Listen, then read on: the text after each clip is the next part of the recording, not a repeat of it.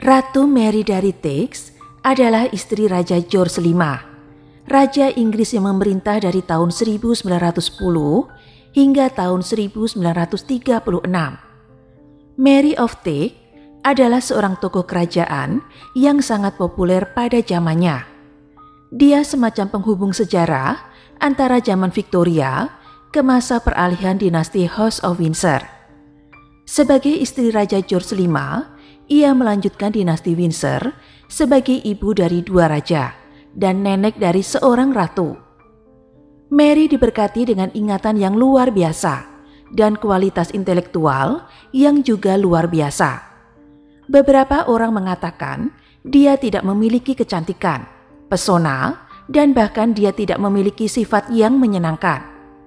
Namun perhatiannya terhadap detail seni dan pendekatan bisnisnya terhadap segala hal tidak akan pernah berubah sepanjang hidupnya. Penasaran kan dengan ceritanya? Langsung saja yuk ikuti kisahnya sampai selesai.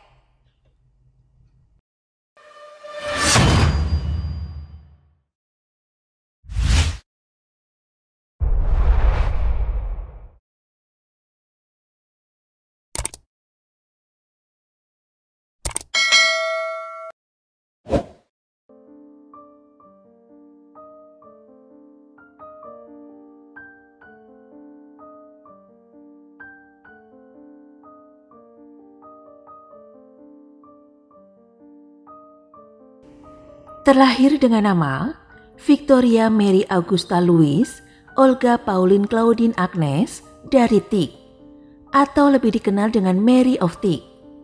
Lahir pada tanggal 26 Mei tahun 1867 di Istana Kensington, London, di Inggris. Dia lahir di kamar yang sama tempat sepupu pertamanya, yaitu Ratu Victoria, dilahirkan. Ayahnya bernama Francis, Duke of Tex, seorang bangsawan Jerman yang merupakan anggota keluarga kerajaan Württemberg, dan ibunya adalah Putri Mary Adelaide dari Cambridge, putri bungsu Pangeran Adolphus yang merupakan putra bungsu Raja George III. Dengan demikian, dia adalah cucu dari Raja George III. Jadi, dia adalah sepupu pertama Ratu Victoria, karena ayah mereka adalah saudara laki-laki dan keduanya adalah putra Raja George III. Ia dibaptis di kapel kerajaan Istana Kensington pada tanggal 27 Juli tahun 1867 oleh Charles Thomas Longley, Uskup Agung Canterbury. Sejak usia dini, ia dikenal oleh keluarga, teman, dan publik dengan nama kecil May, sesuai dengan bulan kelahirannya. Dia adalah anak tertua dari 4 bersaudara dan satu-satunya anak perempuan. Walaupun terlihat keras, May digambarkan sebagai anak yang pendiam dan cerdas. Dia juga memiliki selera humor yang bagus, tetapi dia cukup pemalu. Sebagai anak tertua, dia belajar untuk bersikap dewasa. Dia akan bertindak tegas jika ada salah satu adik laki-lakinya berbuat salah, dan dia akan bertindak bijaksana untuk menyelesaikan pertengkaran masa kecil ketiga adik laki-lakinya. Mereka bermain dengan sepupu mereka, anak-anak Pangeran Wales yang seumuran. Dia dibesarkan di Istana Kensington dan White Lodge di Richmond Park yang diberikan oleh Ratu Victoria dengan pinjaman permanen. Dia dididik di rumah oleh ibu dan pengasuhnya. Hal ini berlaku juga dengan saudara laki-lakinya sampai usia mereka mencukupi untuk dikirim ke sekolah asrama. Ibunya, yaitu The Duchess of Tex, seorang ibu yang menghabiskan banyak waktu bersama anak-anaknya. Hal ini tidak biasa untuk kelas seorang wanita bangsawan. Dia juga meminta May untuk mengikuti kegiatan berbagai amal, termasuk mengunjungi ke rumah orang-orang miskin yang tidak mampu. Meskipun May adalah cicit dari Raja George III, dia hanyalah anggota kecil dari keluarga kerajaan Inggris. Ayahnya, Duke of Tex, tidak memiliki warisan ataupun kekayaan. Mary terlahir dari pernikahan morganatik, di mana ayahnya memiliki status gelar bangsawan yang lebih rendah dari istrinya dalam status sosial.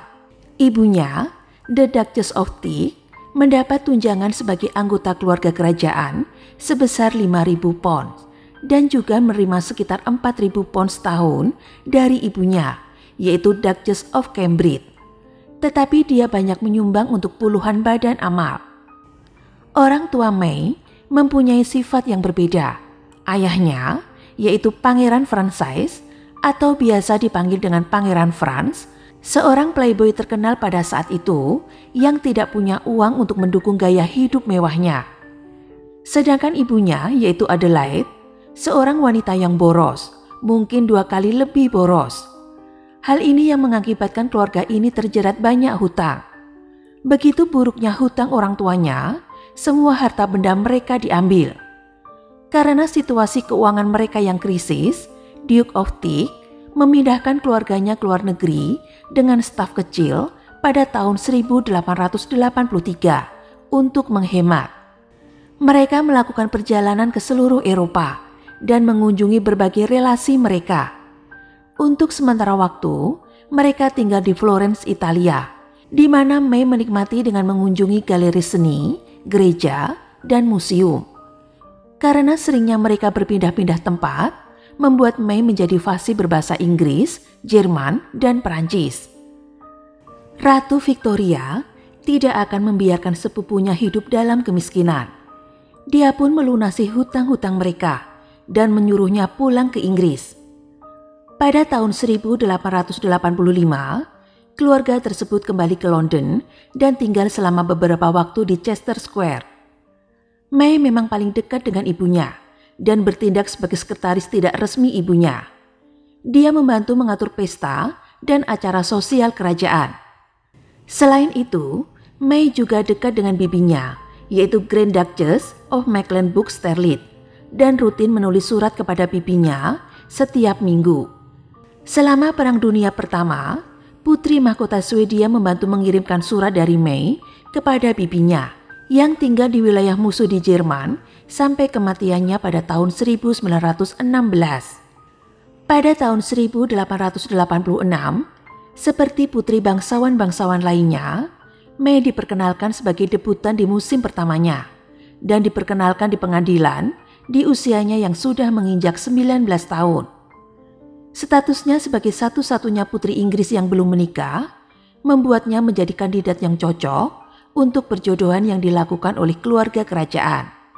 Pada saat itu, Ratu Victoria sedang mencari pengantin yang cocok untuk cucu pertamanya, yaitu Albert, Duke of Clarence, putra tertua Pangeran Wales dan yang akan menjadi raja masa depan. Tanpa memperdulikan status pernikahan morganatik orang tuanya, Ratu Victoria secara pribadi menyukai May.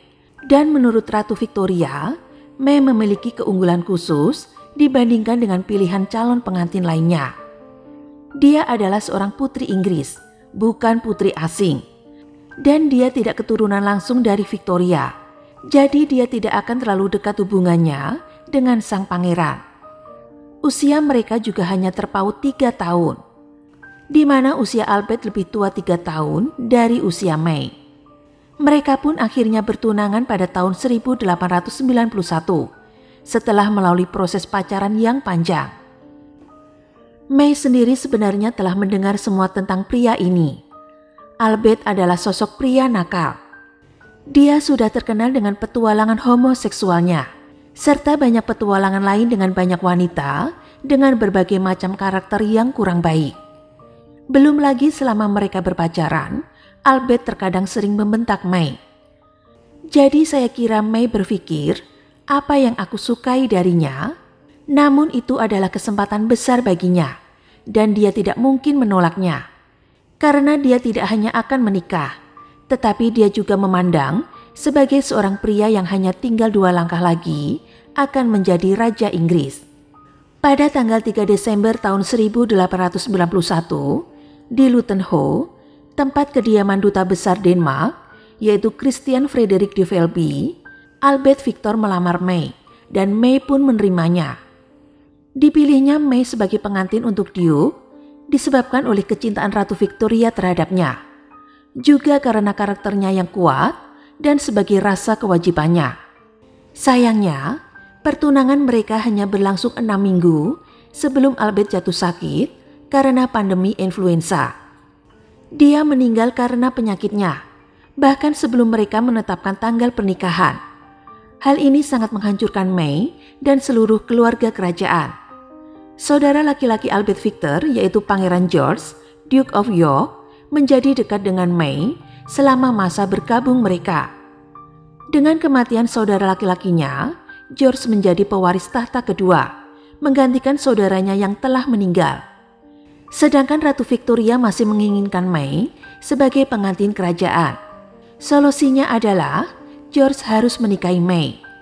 Dan pada tahun 1893, George melamar dan May pun menerimanya. Pasangan ini segera jatuh cinta dan pernikahan yang mereka gelar pun sukses. George akan menulis surat kepada May setiap hari jika mereka sedang terpisah jarak, di mana pada waktu itu George dinas di Angkatan Laut. Tidak seperti ayahnya, George tidak pernah mengambil wanita simpanan. May menikah dengan Pangeran George, Duke of York, di London pada tanggal 6 Juli tahun 1893 di Kapel Royal, Istana St. James. Duke dan Duchess of York yang baru tinggal di York Cottage di Sandringham Estate di Norfolk. York Cottage adalah rumah sederhana untuk bangsawan. Tapi itu adalah favorit George yang menyukai kehidupan yang relatif sederhana. Mereka memiliki 6 anak, yaitu Edward, Albert, Mary, Henry, George, dan John. Anak-anak diasuh oleh pengasuh, seperti yang biasa dilakukan oleh keluarga kelas atas pada saat itu.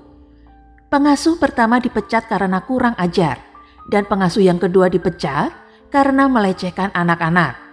Wanita kedua ini ingin sekali menyarankan agar anak-anak lebih suka dia daripada orang lain.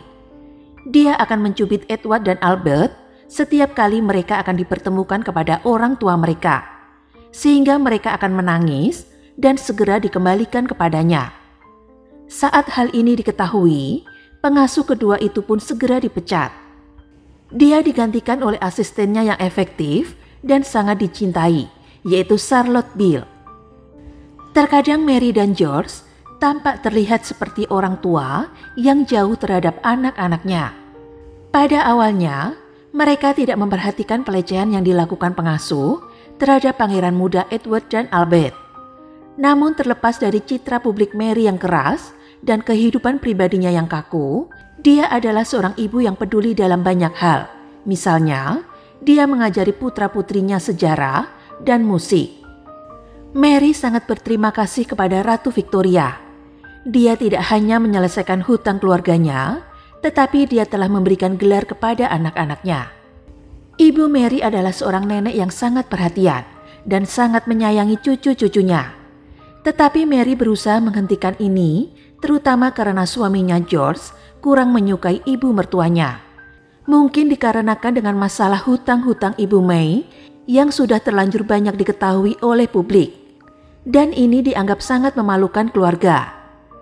Sayangnya, Mary Adelaide meninggal pada tahun 1897 setelah melakukan operasi akibat jatuh dari tangga di rumahnya. Hanya berselang 3 tahun kemudian, suaminya Duke of Teak juga meninggal. May dikabarkan tidak terlalu meratapi kematian ibunya, meskipun orang-orang melakukannya.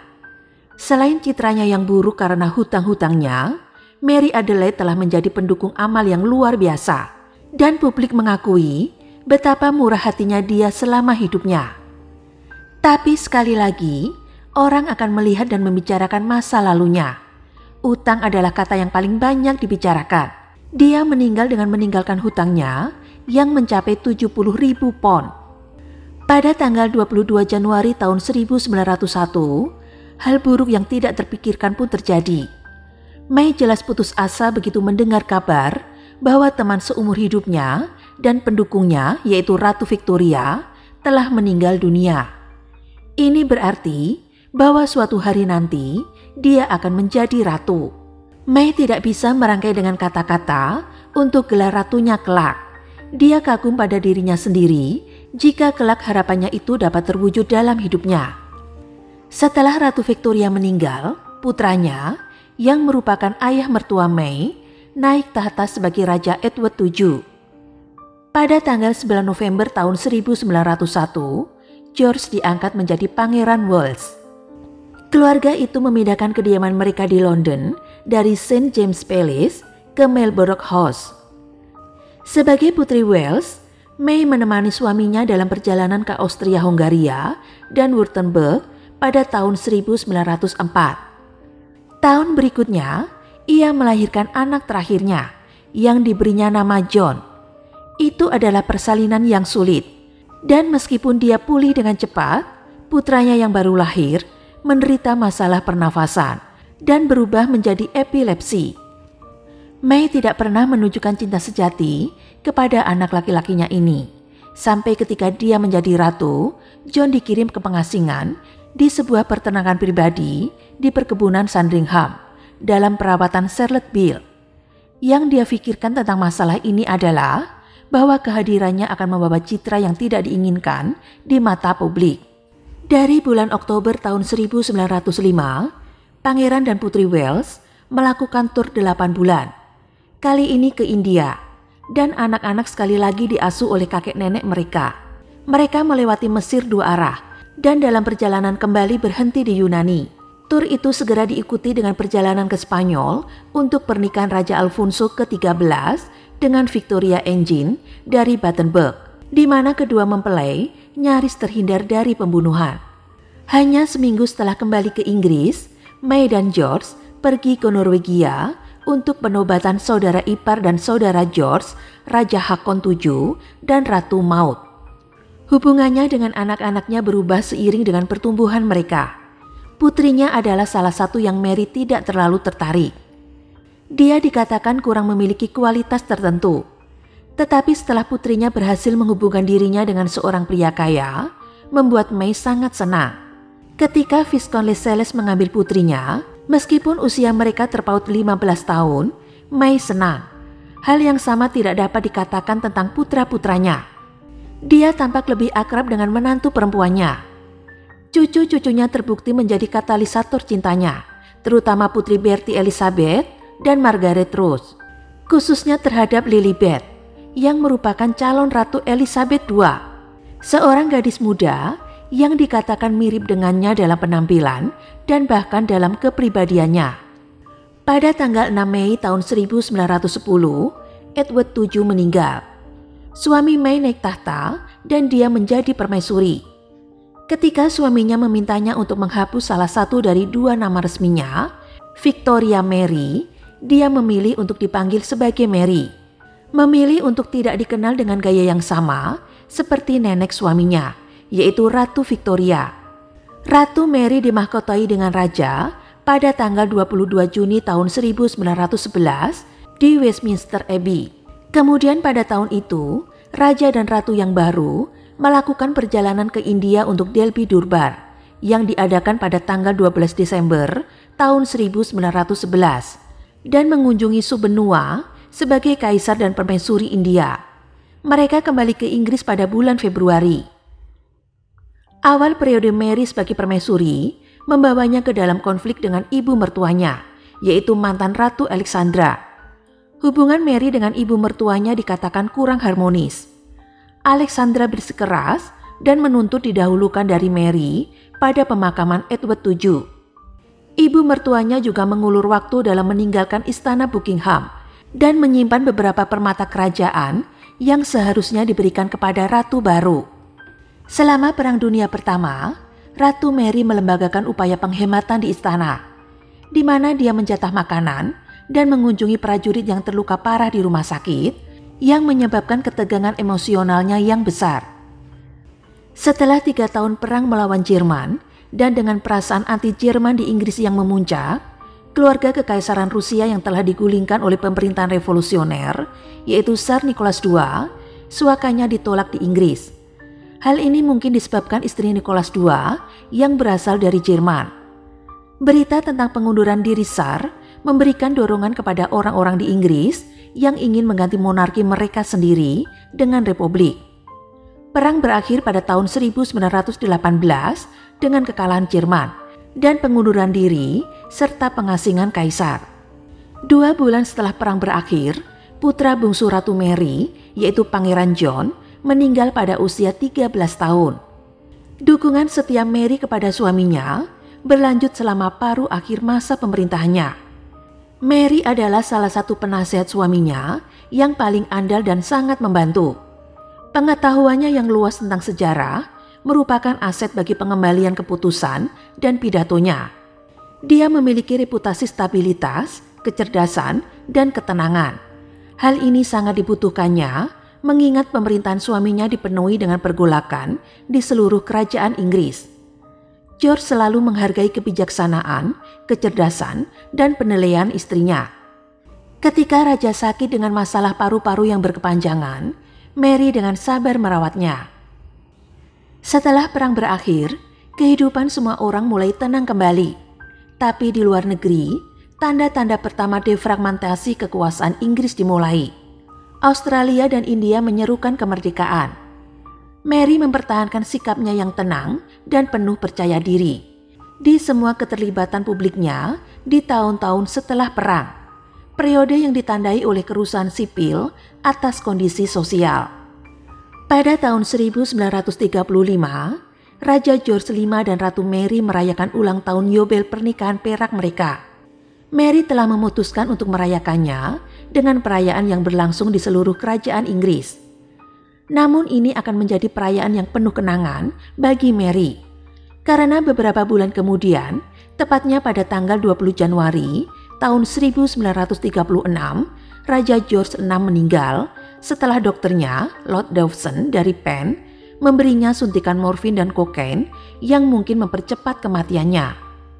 Putra tertua Ratu Mary naik tahta sebagai Edward VIII. Dia sekarang adalah ibu suri, meskipun dia tidak menggunakan gaya itu dan malah dikenal sebagai Yang Mulia Ratu Mary. Edward VIII sangat mungkin adalah putra kesayangan Mary. Bahkan Mary mungkin hanya tersenyum masam atas tindakan nakal putranya itu, yang berhubungan dengan minuman kerasnya, wanita simpanannya, dan sikap tidak bertanggung jawab membuatnya terkadang tidak memarahinya.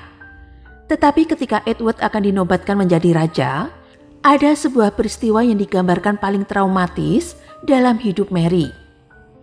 Dalam tahun itu, Edward menyebabkan krisis konstitusional dengan mengumumkan keinginannya untuk menikahi seorang wanita Amerika yang statusnya sudah 2 kali bercerai. Wanita itu bernama Wallis Simpson. Mary adalah salah satu suara utama yang menentang pernikahan yang diusulkan Edward dengan Wallis Simpson. Mary tidak menyetujui perceraian yang bertentangan dengan ajaran gereja Anglikan dan menganggap Wallis Simpson sepenuhnya tidak cocok untuk menjadi istri seorang raja. Selain itu, alasan lain yang membuat Mary tidak setuju adalah Wallis dari kalangan orang biasa dan dia adalah orang asing. Seorang wanita yang menurut Mary hanya cocok untuk menjadi wanita simpanan, tetapi bukan sebagai seorang ratu. Baik rakyat maupun parlemen setuju dengan alasan Mary ini. Setelah menerima saran dari Perdana Menteri Inggris, yaitu Stanley Baldwin, serta pemerintahan Dominion, bahwa Edward tidak bisa menjadi raja. Jika dia memilih tetap menikahi Wallis, maka Edward harus turun tahta. Dan pada tanggal 11 Desember tahun 1936, Edward lebih memilih turun tahta demi wanita yang dicintainya. Edward telah berpetualang dengan banyak wanita. Mereka datang dan pergi dari waktu ke waktu. Tetapi penakluk terakhirnya adalah seorang wanita yang berasal dari Amerika, dan cintanya pada wanita ini tidak pernah mati. Meskipun setia dan mendukung putranya, Mary tidak dapat memahami mengapa Edward mengabaikan tugas kerajaannya demi kepentingan pribadinya. Setelah Edward selesai dengan pidato dengan pengunduran dirinya sebagai raja, dia kembali ke rumah keluarga. Mary tidak banyak bicara dan tidak menunjukkan emosi, kecuali meminta mantelnya dan kembali ke London. Mary tidak pernah lagi mengubah pendiriannya tentang masalah ini. Edward telah diusir dan dia tinggal di Amerika selama sisa hidupnya. Hubungan Mary dengan putra tertuanya ini menjadi semakin rumit. Dia menolak untuk bertemu dengannya, baik di depan umum maupun secara pribadi. Terlepas dari cintanya pada putranya, dia percaya bahwa dia harus mengutamakan kewajiban, bukan perasaan pribadi. Mary melihatnya sebagai tugasnya untuk memberikan dukungan moral bagi putra keduanya, yaitu Pangeran Albert, Duke of York, yang pendiam dan gagap. Albert naik tahta setelah Edward turun tahta dan mengambil nama Raja George VI.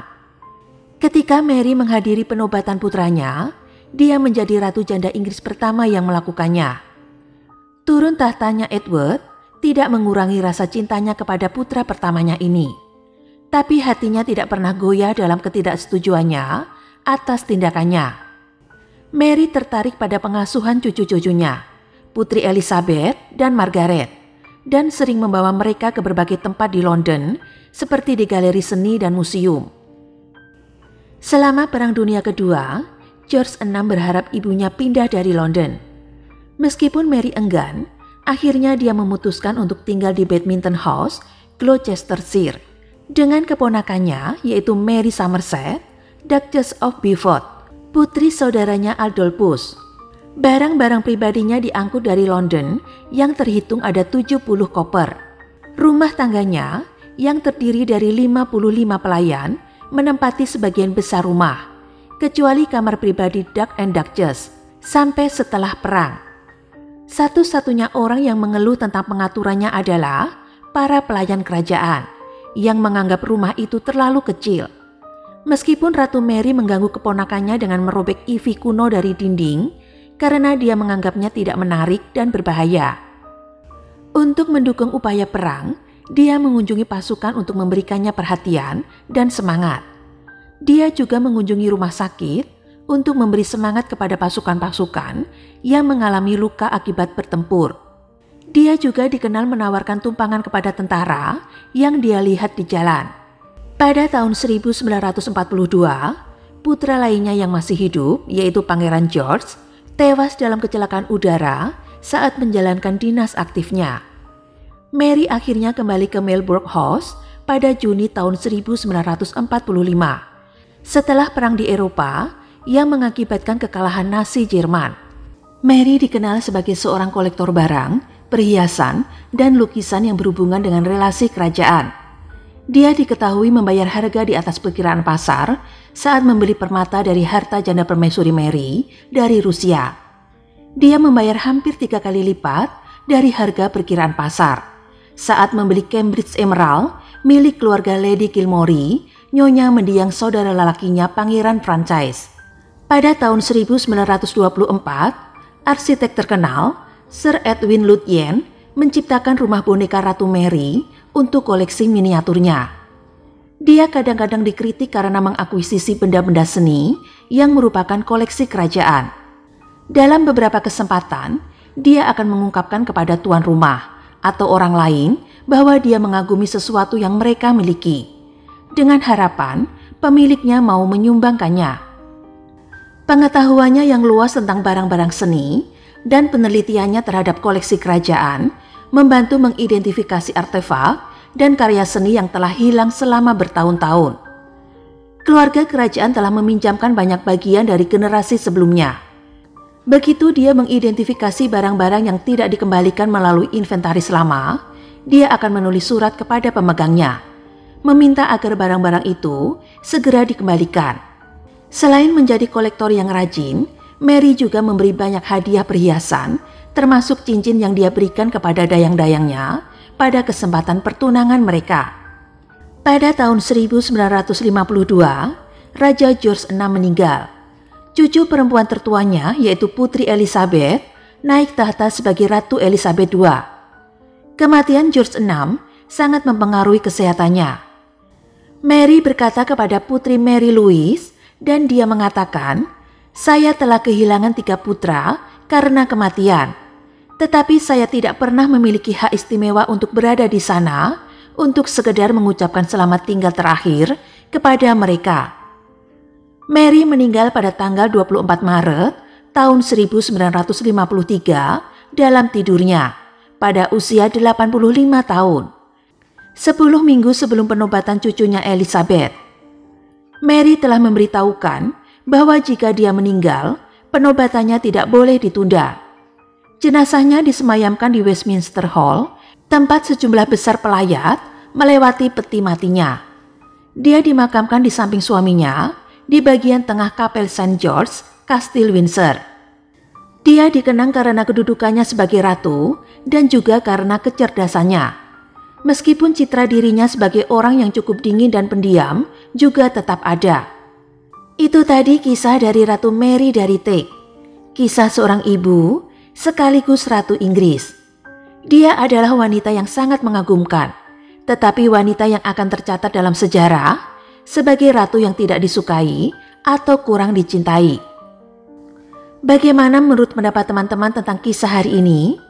Saya berharap semoga cerita ini bisa bermanfaat dan menambah pengetahuan teman-teman semua. Dan jika ada yang kurang dalam materi penyampaian saya dalam kisah ini, silakan teman-teman tambahkan dan tulis di kolom komentar. Terima kasih sudah mendengarkan cerita Adelisti pada hari ini dan tunggu cerita-cerita selanjutnya yang lebih seru.